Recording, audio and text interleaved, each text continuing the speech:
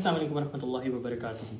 आज की वीडियो में हम बात करने जा रहे हैं पाकिस्तान के अंदर एजुकेशन सिस्टम के बारे में और इसके जो इर्द गिर्द मसाइल जुड़े हुए हैं उनके बारे में बात करेंगे। सबसे पहले हम बात कर लेते हैं कि एजुकेशन क्यों ज़रूरी है, क्योंकि कुछ लोगों को मैंने देखा वो कहते हैं कि एजुकेशन को आजकल कुछ ज़्यादा इंपॉर्टेंस दी जा रही है, जिनकी इस बात से मैं डिसएग्री करता हूँ। मुझे लगता है एजुकेशन जो है वो एक कौम का स्ट्रक्चर बनाने के लिए उसकी बेस है। पाकिस्तान जैसे थर्ड वर्ल्ड कंट्री का एक वाहिद जो ज़रिया है ग्रो करने का वो उसकी एजुकेशन है। जब तक आपका तालीमी निज़ाम सही नहीं होगा तब तक ग्रो करना मुश्किल हो जाएगा। अब हम आ जाते हैं मसाइल पर कि आपके एजुकेशन सिस्टम में मसाइल क्या हैं और ये किस तरह आप लोगों से सिर्फ पैसे निकालने का काम करते हैं। बेसिकली हम इस वीडियो में ज़्यादातर प्राइवेट स्कूल्स के बारे में बात करेंगे। सबसे पहले चलें जनरल बात कर लेते हैं कि हमारे पास गवर्नमेंट और प्राइवेट स्कूल्स में कंप्यूटर लैब्स और साइंस लैब्स और लाइब्रेरीज़ की अवेलेबिलिटी कितनी है। सबसे पहले बात कर लेते हैं कि पंजाब के अंदर जो 1/4 गवर्नमेंट स्कूल्स हैं उनके अंदर लाइब्रेरीज़ ही नहीं हैं और पंजाब आपका सबसे ज़्यादा डेवलप्ड सूबा है। तो इसमें अगर लाइब्रेरीज़ आपके 1/4 स्कूलों में लाइब्रेरियाँ ही नहीं हैं तो फिर अब फ़ायदा क्या हुआ। और लाइब्रेरी एक ऐसी जगह है जहाँ पर बंदा क्लासेस के बाद भी जाके पढ़ सकता है।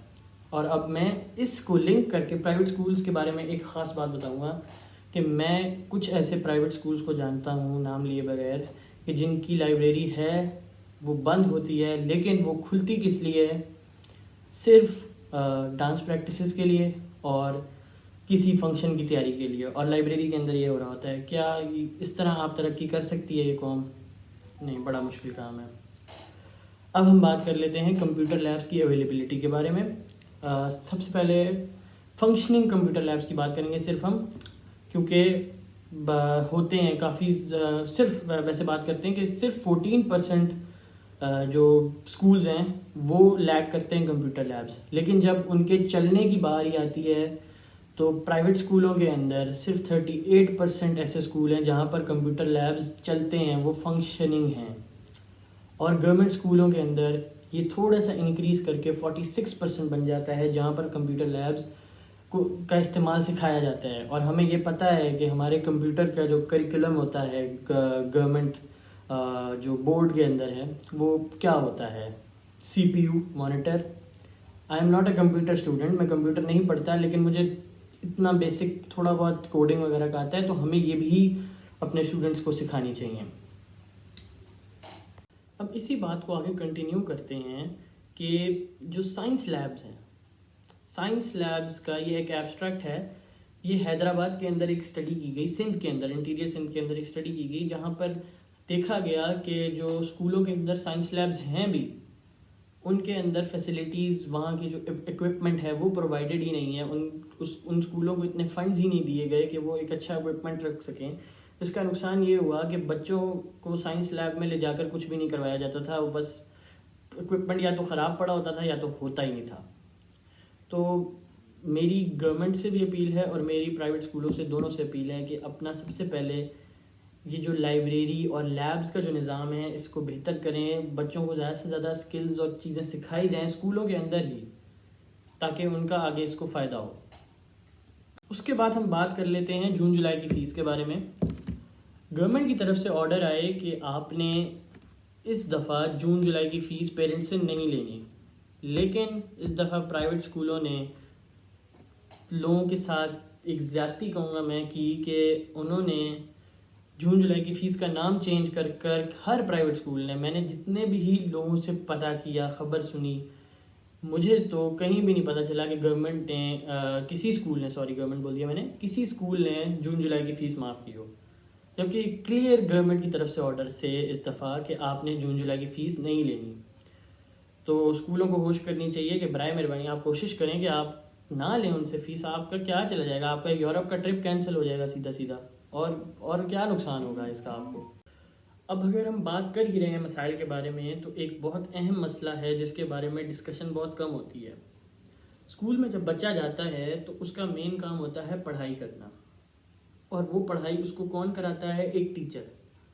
जब टीचर्स ही पढ़ाने से मना कर दें तो बच्चे की पढ़ाई को कितना नुकसान होता होगा। और ये टीचर्स जिन्होंने पढ़ाने से मना कर दिया, उन्होंने क्यों मना किया? वो इसीलिए मना किया क्योंकि उनको उनकी पे टाइम पर नहीं मिल रही थी, और कुछ टीचर्स को तो 3-3 महीनों से 4-4 महीनों से पेज ही नहीं मिली हुई थी। तो ये ज़्यादती ना सिर्फ टीचर्स के साथ हो रही है, उनकी फैमिलीज़ के साथ हो रही है, बल्कि बच्चों के साथ भी हो रही है जो पढ़ने आ रहे हैं। तो बराए मेहरबानी मेरी फिर जो इन प्राइवेट स्कूल्स और गवर्नमेंट स्कूल्स के इदारे हैं, इनसे गुजारिश है कि खुदा का वास्ता है, खुदा का वास्ता है, आप टीचर्स को और लैब असिस्टेंट्स को उनकी तनख्वाह टाइम पर दिया करें, ताकि इसका अल्टीमेट नुकसान बच्चों को ना हुआ करे। अब इतनी सारी मैंने इनकी बात कर ही ली है इन पर, तो एक अपना पर्सनल वाक़या भी मैं शेयर करूँगा कि जो स्कूल्स के अंदर जो सेकेंडरी स्कूल है 3, 4, 5, 6 की क्लासेस जो हैं, उनमें क्या होता है कि आजकल जो प्राइवेट स्कूल्स हैं हर साल करिकुलम चेंज कर देते हैं कि अगर इस साल आपका नॉवल ओलिवर ट्विस्ट है तो नेक्स्ट साल आप जूलियस सीजर पढ़ोगे। तो ये हर साल चेंज करते हैं सिर्फ इसीलिए कि पिछले साल अगर कोई भाई पढ़ रहा था इस क्लास में, तो जो उसका दूसरा भाई है वो वही बुक उसकी दोबारा उठा के ना ले आए। और मैंने नोट किया कि कुछ स्कूल्स के अंदर ऐसा हुआ है कि इन्होंने टेक्स्ट बुक पर ही काम करना शुरू कर दिया ताकि नेक्स्ट क्लास में जो भाई अगर कोई आए या छोटी बहन आए कोई, तो वो वही टेक्स्ट बुक्स ना ले आए, इनको दोबारा ख़रीदनी पड़े। तो एक ये भी जो तरीका इस्तेमाल किया गया है, एक चीप हरकत है ये भी। बराए मेहरबानी मेरी स्कूलों से गुजारिश है, मैंने पूरी वीडियो में गुजारिशें ही की हैं, मैंने कोई धमकी नहीं दी, किसी को कुछ भी नहीं कहा मैंने सिर्फ, और मैंने हर पॉइंट के बाद उसका हल बताया कि प्लीज़ ऐसा ना करें। इससे आपको नहीं सिर्फ हमें नहीं, बाकी सबको, सारी यूथ को नुकसान हो रहा है, आपके पूरे स्ट्रक्चर को नुकसान हो रहा है। तो इसको इम्प्रूव करना बड़ा ज़रूरी है। आप सबका बहुत शुक्रिया, दुआओं में याद रखिएगा। अल्लाह हाफ़िज़।